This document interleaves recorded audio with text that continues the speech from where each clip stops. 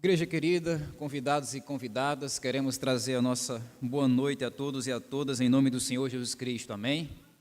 É uma alegria a gente estar aqui para louvar e agradecer as bênçãos que o Senhor tem derramado sobre as nossas vidas. E quero aproveitar a oportunidade também, de antemão, para parabenizar as nossas mensageiras do Rei, não só pela direção tão maravilhosa e organizada desse culto, mas também pela existência desse trabalho tão relevante que elas realizam como uma verdadeira agência missionária do Senhor Jesus Cristo aqui na terra. Nós também glorificamos a Deus porque hoje, nesse segundo domingo de novembro, nós comemoramos o dia do nosso diácono Batista. E nós louvamos a Deus por esses homens, essas mulheres de Deus que Deus tem colocado em nosso meio, na nossa igreja local, para servir, apoiar o nosso trabalho e ser assim a bênção que eles são na nossa vida. Glorificamos a Deus pela vida dos nossos diáconos e diaconisas. E também por você que está aqui nessa noite, visitando a gente, e nós louvamos a Deus porque a alegria que nós sentimos no nosso coração em ter você aqui é muito grande. A nossa esperança é que o Senhor, como já tem feito, continue abençoando, se comunicando, fortalecendo, edificando e consolando o seu coração. Eu sei que um dia como o dia de hoje, na nossa cidade de Apodi, num fim de semana tão tumultuado como a gente teve, é um dia que mistura sempre o nosso coração aquela tristeza, aquele sentimento de dor por aquelas pessoas que estão vitimadas pela violência ou por acidentes, mas eu posso dizer para vocês com muita segurança que num dia difícil como esse de hoje, esse é exatamente o lugar onde nós temos que estar.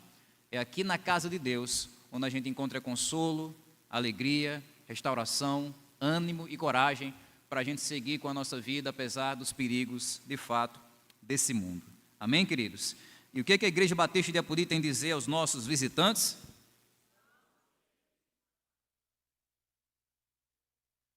Deus te abençoe. Vamos, nessa noite, abrir a palavra do Senhor na segunda carta que o apóstolo Paulo, ou o apóstolo Pedro, escreveu. A segunda carta de Pedro, no capítulo 1, do versículo 8 ao versículo 12, é o texto que nós vamos ter por base nessa noite, para pensarmos um pouquinho sobre o foco da vida cristã. O foco da vida cristã. Segunda carta de Pedro, no capítulo 1, do versículo de número 8 até o versículo 12, onde poderemos também acompanhar essa leitura pelo nosso telão.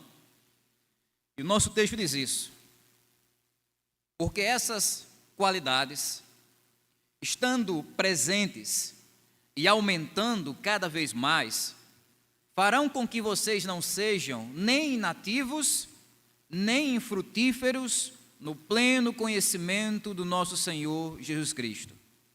Pois aquele que não tem essas coisas é cego, vendo só o que está perto, e se esqueceu da purificação dos seus antigos pecados. Por isso, irmãos, procurem, com empenho cada vez maior, confirmar a vocação e a eleição de vocês, porque fazendo assim, vocês jamais tropeçarão, pois dessa maneira é que lhes será amplamente suprida a entrada no reino eterno do nosso Senhor e Salvador Jesus Cristo. Por essa razão, sempre estarei pronto para fazer com que vocês se lembrem dessas coisas, embora já as conheçam e tenham sido confirmados na verdade que receberam. Uma das coisas que motivam boa parte daquilo que nós fazemos no nosso dia a dia é o que nós chamamos de foco. O foco é a nossa prioridade máxima. O foco é a nossa emergência do dia. O foco é aquilo para o qual nós dirigimos a maior parte das nossas forças, nossa atenção e nossos pensamentos. É uma atitude de vida que todo mundo tem, independentemente da rotina. Alguns estão focados nos estudos, concluírem o ensino médio, tirarem uma boa nota no Enem. Alguns alunos aqui com aquela cara de sono, né, fizeram a prova durante o dia, passarem ou serem aprovados num determinado concurso ou concluírem a faculdade. O foco nos estudos. Há aqueles que estão focados no trabalho, em entrarem no mercado, conseguirem um emprego, ou serem promovidos no emprego, ou usarem melhor os recursos desse emprego no investimento financeiro, num patrimônio. Outros estão focados na saúde, cuidado com o corpo, com dietas, com exercícios ou algum tratamento que se faz necessário diante de uma certa enfermidade. E temos também aquelas pessoas que estão focadas no carpe diem, na diversão. São aquelas pessoas que aparentam uma certa falta de foco na vida, no deixa a vida me levar e vida leva eu, mas que na verdade são pessoas que estão focadas no entretenimento, que estão focadas na preguiça, que estão focadas na diversão, que estão focadas nas risadas da vida. Mas o fato inegável, irmãos e irmãs, amigos e amigas, é que ou para o nosso bem ou para o nosso mal, todos nós estamos abraçando um foco de vida que reúne diferentes prioridades para o nosso dia a dia. Mas a grande dificuldade que existe nesse assunto é que, às vezes, o foco de vida das pessoas costuma se limitar apenas às coisas materiais dessa terra. São pessoas, como diz o Matuto, que estão se esgoelando de trabalhar só para conseguirem bens materiais, patrimônio, sucesso, reconhecimento, estética, saúde, dinheiro e conforto nessa terra. Enquanto isso, essas pessoas acabam negligenciando aquele foco mais importante da vida do ser humano que Deus criou para ele. Que foco? O foco da vida espiritual. O foco no relacionamento com Deus, o foco na salvação de Deus, o foco no crescimento da nossa fé, no nosso serviço para Deus, na recompensa que Deus tem para oferecer para cada um que o procura de todo o coração. É como se, infelizmente, a maior parte do nosso esforço nessa vida, para muitas pessoas, estivesse sendo empregado apenas naquilo que vai virar pó, apenas aquilo que é passageiro. E é assim que muitos trocam a salvação pela diversão. É assim que muitos trocam o crescimento espiritual pelas conquistas materiais. É assim que muitos trocam as virtudes da alma pela estética do corpo. É assim que muitos trocam o serviço pelo egoísmo e trocam o reino celestial pelo conforto material desse mundo. O texto que nós acabamos de ler expressa exatamente esse tipo de perigo. Descreve exatamente esse tipo de situação. Aqui Pedro está mostrando como o crente, diante dessas tantas armadilhas, ele deve ajustar o foco da sua vida para incluir na sua rotina, no seu cotidiano, aqueles valores que são espirituais e que são inegociáveis. É assim que Pedro representa aqui e traz para nós uma descrição muito clara das prioridades máximas que um crente deve abraçar na sua caminhada com Deus. A primeira dessas prioridades, o primeiro foco que Pedro apresenta aqui no versículo 8, a primeira verdade que ele destaca é que precisamos focar na frutificação da nossa vida cristã. Como assim, Neemias? Vocês sabem que a Bíblia usa diferentes imagens para descrever o crente. O crente, biblicamente falando, é um sal, é uma luz, é um templo. O crente, biblicamente falando, é um atleta, é um soldado, é uma criança, é isso tudo. Mas uma das descrições mais comuns que a Bíblia usa também para descrever o crente é descrever o crente como uma árvore. Ele é uma árvore espiritual. Como o Salmo 1 mais conhecido talvez, ele é como uma árvore plantada junto a ribeiros de águas, perto do rio. O crente é uma árvore. E como uma árvore espiritual aqui na terra, nós não existimos apenas para produzir sombra, folhas e beleza. Nós estamos aqui também para produzir frutos. Frutos espirituais. É para isso que o crente existe nessa terra. Os frutos espirituais que ele vive no seu caráter, nas boas obras que ele faz nesse mundo, no testemunho que ele presta na sociedade, na adoração que ele oferece ao Deus triuno. Esses frutos é exatamente essa parte visível da nossa fé. É o resultado público da nossa salvação. E isso é algo que não pode faltar na vida do cristão. Porque Pedro diz isso, essas qualidades, estando presentes na vida de vocês. Alguns de vocês devem lembrar que domingo passado, pela manhã, a gente estudou exatamente essa segunda carta de Pedro no capítulo 1, do versículo 4 ao 7, onde Pedro descreveu essas qualidades aqui na íntegra, onde ele falou sobre a necessidade do crente ter fé, bondade, conhecimento, domínio próprio, constância, santidade, amor. É a vida de Cristo fluindo, existindo e se manifestando através de nós.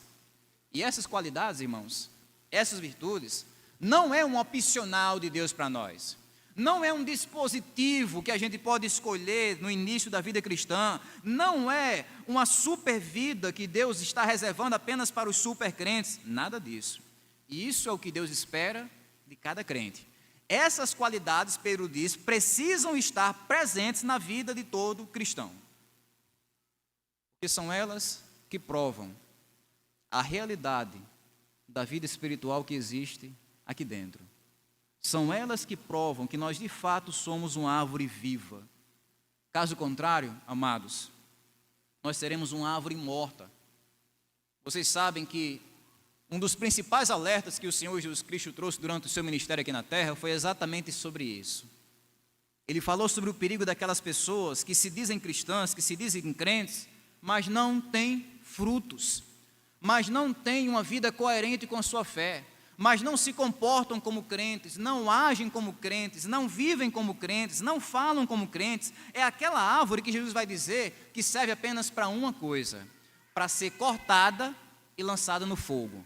É como se Jesus descrevesse que aquelas pessoas que vivem sem qualquer fruto na vida cristã, elas estão caminhando em direção ao inferno, porque a falta de fruto espiritual na nossa vida é sinal de uma falsa fé, é sinal de um falso crente. É por isso que, repetidamente, o que foi que Jesus disse?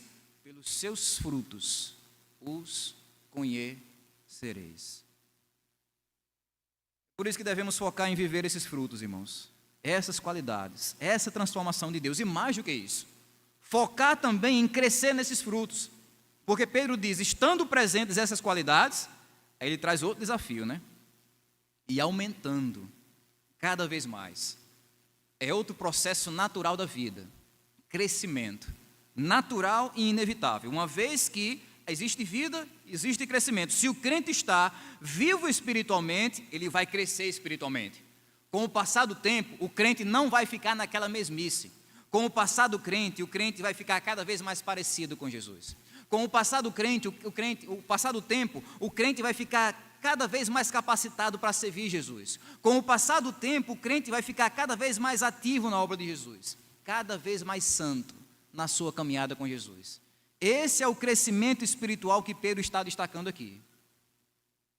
Porque crescimento espiritual é o que acontece na nossa vida, gente. Crescimento espiritual não é uma questão de tempo de fé.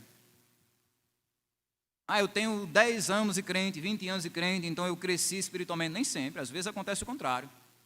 Tem novo convertido, às vezes, com 10 meses de fé, que ele tem uma fé mais vibrante, apaixonada, constante e comprometida do que uma pessoa com 100 anos de fé. Porque a questão do crescimento espiritual não se trata do tempo de fé. Às vezes o que acontece, com o passar do tempo, na vida de muitos crentes, é a estagnação da fé. Eles se estagnaram, eles se acomodaram.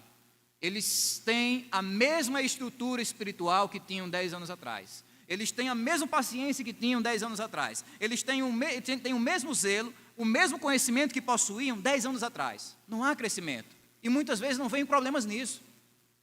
Mas o crescimento espiritual verdadeiro acontece na vida daqueles que não se contentam com o que são, que não se contentam com o que sabem ou com o que fazem. Acontece na vida daqueles que têm fome e sede de justiça. O crescimento espiritual acontece na vida não só daqueles que procuram o reino de Deus, mas daqueles que procuram em primeiro lugar o reino de Deus e a sua justiça. Naqueles que priorizam o viver para Deus e o viver com Deus. É assim que o crescimento espiritual acontece. Não é quando a gente tem a nossa fé de qualquer jeito, mas é quando a gente prioriza a vivência da nossa fé. Inclusive no aspecto horizontal dela, no uns aos outros, no nosso serviço. Porque Pedro vai dizer que frutificar na nossa vida cristã também significa servir. Ele diz, se essas virtudes estiverem crescendo no coração de vocês, elas farão com que vocês não sejam nem inativos, nem infrutíferos. Essa inatividade que Pedro menciona aqui, irmãos, ela é bem interessante. Ela descreve aquele tipo de vida onde o crente deseja viver a sua fé, sim, ele quer ser crente, ele quer viver sua fé, mas a fé dele é individualizada, é só para ele. É uma fé onde ele não move nem um dedo para ajudar no reino de Deus, ou para se gastar pelo povo de Deus. E esse versículo aqui, de crentes inativos, de crentes infrutíferos, ele resume uma geração enorme de crentes que são apenas consumidores da fé, consumidores religiosos. O que eles querem é apenas vir para a igreja e assistir o culto e às vezes analisar se faltou alguma coisa, se teve isso, se teve aquilo. Mas no dia a dia, infelizmente, esses crentes inativos não querem compartilhar a vida deles com o reino de Deus. Eles não querem servir, eles querem apenas consumir, eles não querem cooperar, eles querem apenas desfrutar. São espectadores religiosos.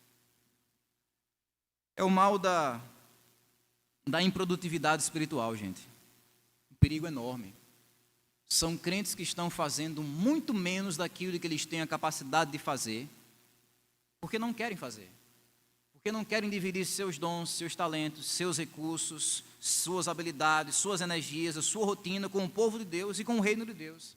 E esse é um mal, crentes, que nós devemos evitar na nossa vida a todo custo. Porque o nosso chamado é o chamado para servir. Nós servimos um Jesus, como eu estava falando pela manhã no discipulado, nós servimos um Jesus que colocou uma toalha na cintura e lavou os pés dos seus discípulos. Nós servimos um Jesus que é Senhor do universo, mas declarou sobre si mesmo que Ele, como Filho do Homem, não veio para ser servido, mas veio para servir e dar a sua vida em resgate de muitos.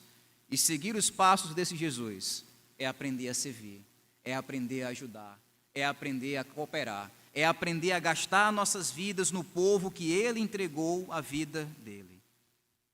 Vivendo em integridade, discipulando nossos filhos, evangelizando os perdidos, encontrando o nosso lugar de serviço na igreja, orando pela igreja, sendo um exemplo na comunidade, no bairro, na sociedade. É a gente se esforçar para não sermos inativos nem infrutíferos. Porque é assim que nós provamos que realmente a gente conhece a Deus.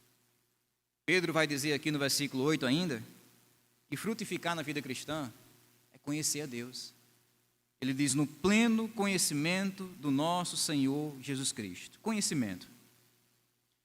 Geralmente, quando algumas pessoas escutam essa palavra conhecimento, elas são levadas a imaginarem uma coisa completamente teórica, abstrata, que não tem muito a ver com o nosso dia a dia, como se a gente tivesse a tendência de pensar no conhecimento como uma mera teoria que não tem muita utilidade para o nosso cotidiano. Eu lembro, na minha mente criativa de adolescente, que uma das coisas que eu sempre fazia no fundamental era desafiar a paciência do professor de matemática, perguntando para ele qual seria a situação da minha vida onde eu precisaria fazer uma raiz quadrada para receber um troco numa padaria ou no supermercado. E é claro que é aquela generalização que eu fazia na minha mente de adolescente para tentar achar uma justificativa de que o conhecimento por si só não é importante, porque não é prático, porque não é isso, porque não é aquilo. Isso é mais grave ainda, porque a gente vive nessa sociedade onde ela é pragmática, se valoriza-se mais às vezes o trabalho manual do que o trabalho intelectual. Mas deixa eu dizer uma coisa para vocês, independente dessas falácias e brincadeiras que eu citei aqui. O conhecimento de Deus é diferente. O conhecimento de Deus não é meramente teórico. O conhecimento de Deus não é meramente informativo. O conhecimento de Deus é prático, é formativo, é capacitador, é transformador, é radicalmente poderoso, é a dinamite, é o poder de Deus. É impossível, sabe? Você pode decorar ideias filosóficas, históricas, e fórmulas matemáticas e vertentes sociais e políticas que não vão conseguir impactar tanto o seu dia a dia, mas é impossível você saber verdadeiramente qualquer fato sobre Jesus Cristo sem que isso mude completamente quem você é, o que você faz e como você vê a vida. Porque o conhecimento de Cristo que Pedro está falando aqui, ele é transformador, é o saber que resulta no prazer, no fazer, no trabalhar, no se alegrar, no se santificar. Por isso que por 4 vezes nessa segunda carta, Pedro está exortando isso. Cresçam no conhecimento do Senhor Jesus Cristo. E aqui é onde nós entramos no segundo foco da vida cristã, que é relembrar esse conhecimento de Deus. No versículo de número 12, uma das coisas que Pedro vai dizer é que, como crentes, a gente precisa focar na recordação da nossa fé, na recordação desse conhecimento espiritual. Por essa razão, diz Pedro, estarei pronto para fazer com que vocês lembrem dessas coisas, embora já as conheçam. É como se Pedro estivesse dizendo: olha, irmãos, eu sei que vocês conhecem a Deus. Eu sei que vocês já ouviram o Evangelho, vocês já acreditaram no Evangelho, vocês já conhecem os princípios do Evangelho, mas eu estou chamando vocês para a luta de não esquecer dessas verdades. Pedro sabe que a nossa mente, ela foi prejudicada pelo pecado. A nossa mente, por causa do pecado, depois do homem ter desobedecido a Deus, ela foi prejudicada. Nós temos hoje uma facilidade enorme de lembrar do que é mal e uma dificuldade enorme de lembrar daquilo que é bom. É por isso que às vezes você consegue lembrar de uma piada suja ou de uma música suja que você ouviu 10 anos atrás com facilidade, mas você tem dificuldade às vezes, e eu também, de lembrar de uma mensagem edificante e boa que a gente ouviu 10 minutos atrás. Por quê? Porque a nossa mente foi afetada pelo pecado. Ela foi deformada pelo pecado, e Pedro sabe disso. É por isso que Pedro está dizendo: olha, você quer saber o que eu vou fazer? Ele diz isso no restante do texto aqui, do versículo 12 em diante. O resto da minha vida que eu tenho, eu vou gastar para uma só coisa: lembrar vocês das verdades que vocês já conhecem. Pedro é esse martelo que está ali, batendo naquele prego da verdade, para que essa verdade fique cada vez mais firmada no coração da igreja. Porque é o que a gente precisa, irmãos. A gente está aqui nesse domingo para isso. A gente vai ler nossa Bíblia amanhã por causa disso. A gente vai valorizar os princípios do Evangelho por causa disso, porque a gente precisa lembrar da nossa fé, recordar a nossa fé. A gente não precisa das novidades da fé, das inovações da fé, daquilo que está pipocando no mundo gospel. Não, a gente precisa simplesmente recordar. A gente não precisa de inovação, a gente precisa de repetição. Por exemplo, em João capítulo 14, versículo 26, Jesus diz que o Espírito Santo é dado, sabe para quê? Para fazer a gente se lembrar aquilo que Ele ensinou, porque é a nossa necessidade, lembrar da nossa fé. Mas isso só acontece, irmãos, quando a gente coloca isso como uma prioridade na nossa vida. Quando diariamente a gente acorda e dorme lembrando disso: eu preciso recordar da minha fé. Essa recordação da nossa fé só acontece quando nós lemos a mesma Bíblia todo dia. Quando estamos na mesma igreja toda semana, cantando as mesmas verdades, ouvindo o mesmo Evangelho, sendo encorajados uns pelos outros pelas mesmas promessas. Quando nós estamos ali com os nossos filhos em casa, diariamente, martelando o Evangelho no coração deles, ensinando o mesmo Evangelho para que fique lá, guardado nos seus coraçõezinhos. É a recordação da nossa fé, gastando tempo na palavra do Senhor. Fazemos isso, como Pedro disse, para a gente não cair na cegueira espiritual. No versículo 9, ele começa dizendo o seguinte: pois aquele que não tem essas coisas é cego, vendo só o que está perto. A figura da cegueira espiritual todo mundo conhece. Foi ela que inspirou o famoso hino do cantor cristão 396, Solano, o hino preferido de Solano. É só dar um dó maior, Marcos, Solano já toca, já canta. Cegueira e vista, ó quão cego eu andei, perdido vaguei. Até a maioria daquelas pessoas que não frequentam a igreja conhece. Essa cegueira representa o quê? Representa a situação de um homem, de um ser humano sem Deus. Aquela pessoa que é ignorante acerca do conhecimento de Deus e que não conhece Deus no seu coração. Mas, gente, esse versículo de Pedro aqui é diferente. Aqui Pedro pega pesado, porque ele não está falando sobre descrentes, ele está falando de crentes. Ele usa essa figura da cegueira para descrever a miopia espiritual que consegue atingir aqueles crentes que só conseguem enxergar o que está perto, que só conseguem enxergar as coisas dessa terra. São crentes que estão tão mergulhados na correria do dia a dia, focados nas coisas desse mundo, nas conquistas desse mundo, que perderam o senso e o paladar pela eternidade, pelo céu, pelas coisas do mundo vindouro. É como se a vida desses crentes funcionasse só para esse mundo. É o mal do comodismo, é o mal do mundanismo, é o mal do materialismo. É aquele tipo de vida onde o crente ele está tão entretido com as coisas desse mundo, coisas boas. Ele não está falando aqui de pecado escandaloso, não. Coisas boas, neutras moralmente. mas que estão, infelizmente, fazendo o crente deixar de olhar para o céu e para a eternidade. Como se tudo fosse sobre aquilo que ele vai ter nessa terra. E ao fazer isso, Pedro diz, esse crente acaba desprezando o que está longe. Ele despreza o que está no futuro. Ele despreza o céu. Ele despreza o galardão que ele pode receber de Deus. Ele despreza o seu relacionamento com Deus, os tesouros que ele pode conseguir no reino de Deus. Tudo isso porque ele só pensa no aqui e no agora. Irmãos, deixa eu dizer uma coisa para vocês. Isso aqui é ser mundano. A gente vive numa geração de evangélicos que entende que mundanismo é, às vezes, dançar, ir para o cinema, sabe? O que é mundanismo? O mundanismo é quando você deixa de olhar para a eternidade. O mundanismo não destrói a gente só com pecados escandalosos. É porque matou, é porque roubou, é porque adulterou, é porque mentiu descaradamente. Não, o mundanismo às vezes destrói o crente sutilmente, fazendo ele viver uma vida religiosa que é vazia, que é supérflua, que é superficial. Ele vai para a igreja toda semana, mas ele não tem mais o apetite pela eternidade. Ele só consegue ver aquilo que está perto, o aqui, o agora, o hoje. É isso que Pedro está dizendo aqui. É para esse perigo que Pedro está alertando, o perigo de nos tornarmos tão entretidos com as coisas dessa terra, que a gente deixa de ver, a gente deixa de se empolgar, a gente deixa de trabalhar pelas coisas do reino de Deus. Tudo isso, como Pedro diz, porque nós estamos cegos pelo futuro celestial que Deus promete, para esse futuro, né? E também para o nosso passado. Porque Pedro diz ainda no versículo 9, que recordar a nossa fé é importante para a gente não cair também na amnésia espiritual.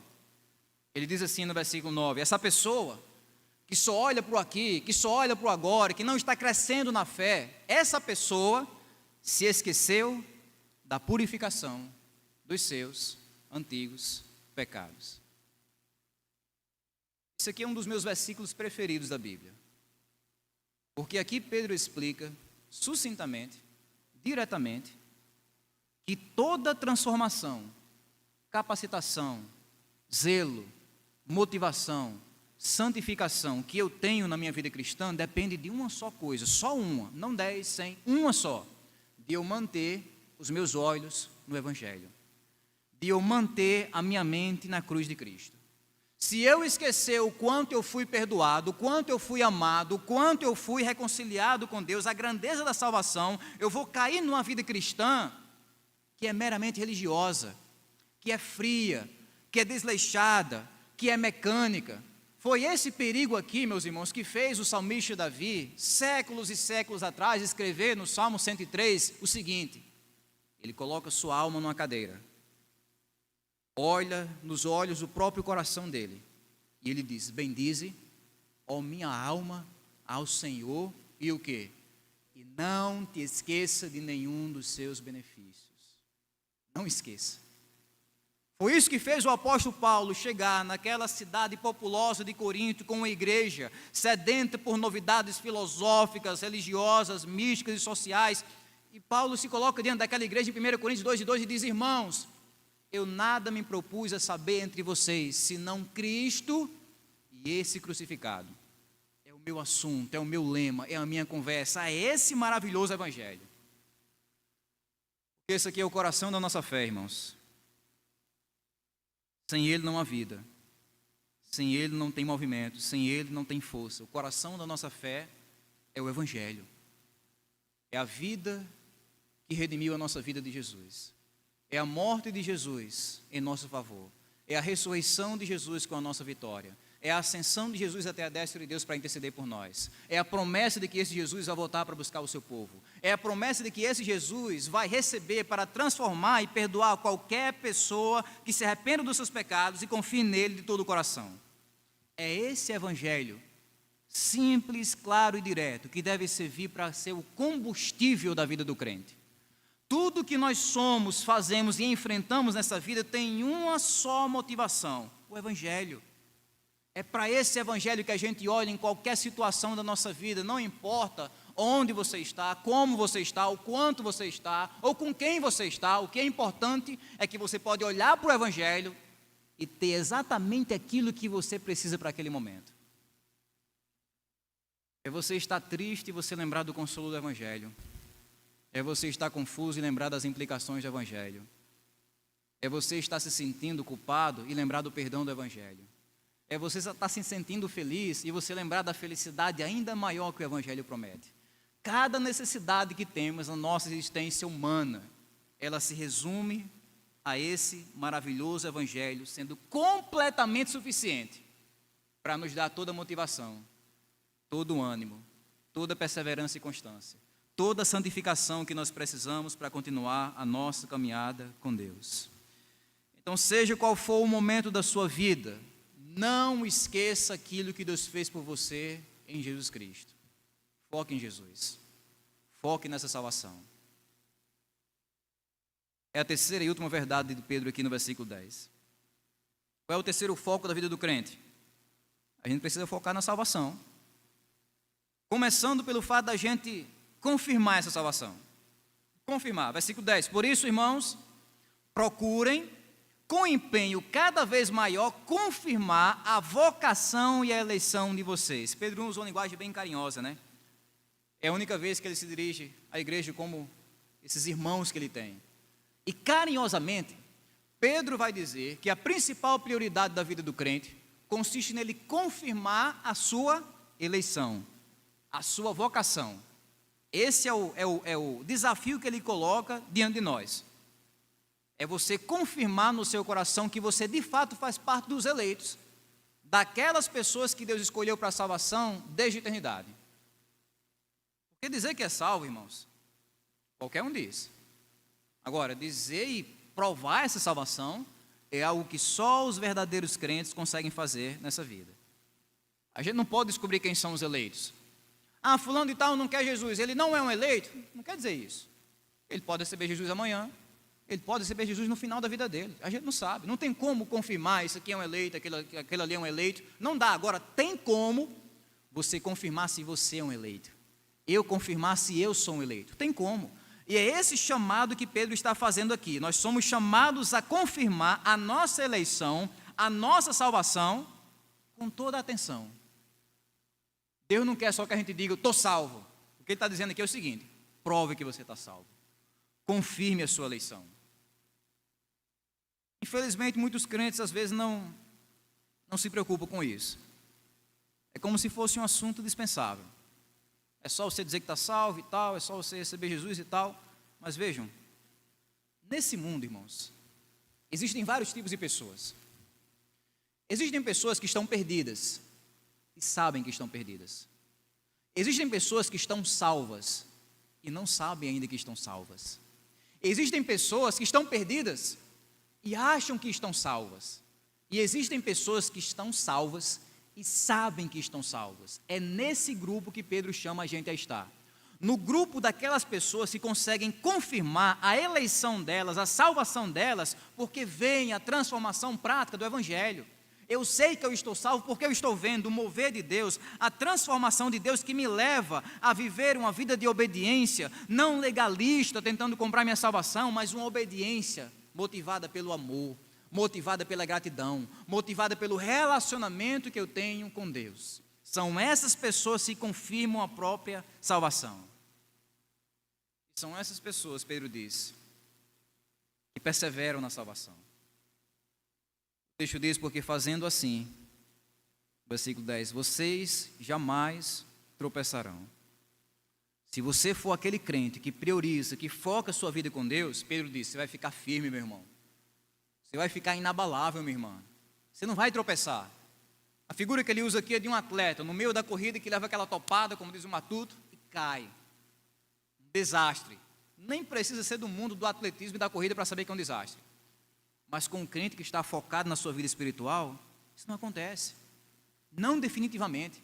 Ele nunca vai cair e ficar ali no chão, não, ele vai ficar de pé. Enquanto muita gente cai na heresia, no desânimo, na tentação, no desvio, na insegurança, esse crente focado que está crescendo espiritualmente, ele continua firme, sem desistir, sem retroceder. Mas deixa eu trazer essa nota de rodapé. Isso acontece, irmãos, não é porque nós somos os melhores.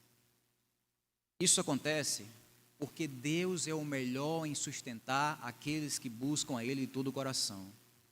Isso acontece por causa da graça de Deus, da misericórdia daquele Deus que nos protege. Pode acontecer episódios de fraquezas, de dificuldades, de incertezas. Pode, é completamente comum na vida do crente, mas serão exceções. Não serão a regra da vida do crente, serão exceções na vida do crente, porque aquele que nos guarda é maior do que tudo. Jesus diz: as minhas ovelhas estão aqui nas minhas mãos, e ninguém pode tirar elas daqui. O meu Pai que me deu é maior do que todos, é esse Deus que nos guarda, irmãos. E a gente deve tudo a Ele. Tudo que nós somos, temos a nossa fé, devemos a Deus. Você me perguntar, Neemias, qual é a diferença entre você estar nesse púlpito aí e estar lá no mundo? O que é que me separa desse mundo? O que é que separa eu desse púlpito para a cela de uma prisão? Qual é a diferença entre eu estar aqui e estar numa calçada, deitado, bêbado, dormindo em cima da poça do meu próprio vômito? O que é que me separa disso? A graça de Deus. Só a graça de Deus. Não é quem eu sou, não é inteligência, não é disciplina, não é força de vontade, não é autoestima, é a graça de Deus. Não é essa igreja, não é uma vertente, uma ideia social. O que me separa dessa vida desastrada nesse mundo é a graça de Deus. Tudo que nós somos, nós devemos a esse Deus que diz: vocês jamais tropeçarão. Ele é o Deus que nos guarda. Para encerrar, Ele é o Deus também que nos recompensa. Versículo 11: pois dessa maneira é que lhe será amplamente suprida a entrada no reino eterno do nosso Senhor e Salvador Jesus Cristo. Ele já falou sobre tudo, né? Temporalmente falando. Falou sobre o passado, falou sobre o presente.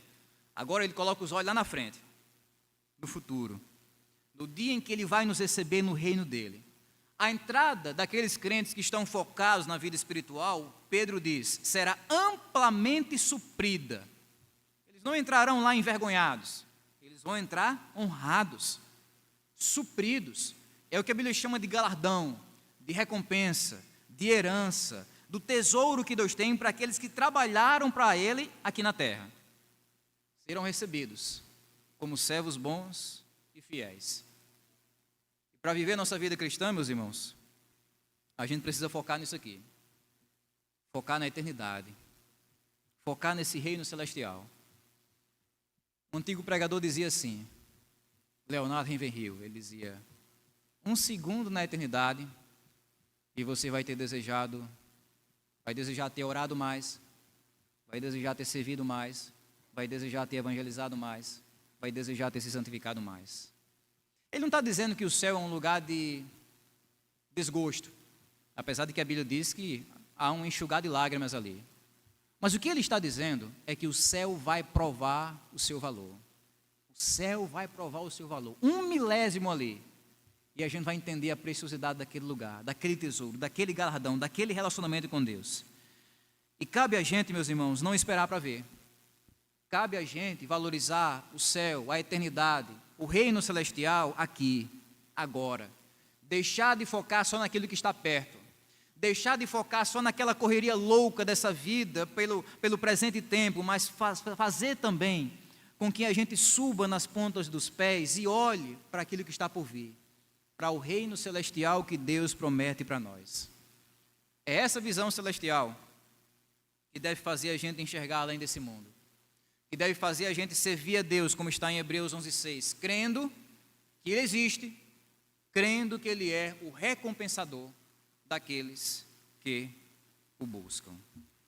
Amém, queridos? Que Deus aplique esses princípios em nossos corações. Focar no passado perdoado pelo Evangelho de Jesus, focar no presente confirmado pelos frutos e pela salvação de Deus, e focar no nosso futuro recompensado, na nossa entrada amplamente suprida nesse reino celestial. Que o Senhor assim aplique essas verdades em nossos corações.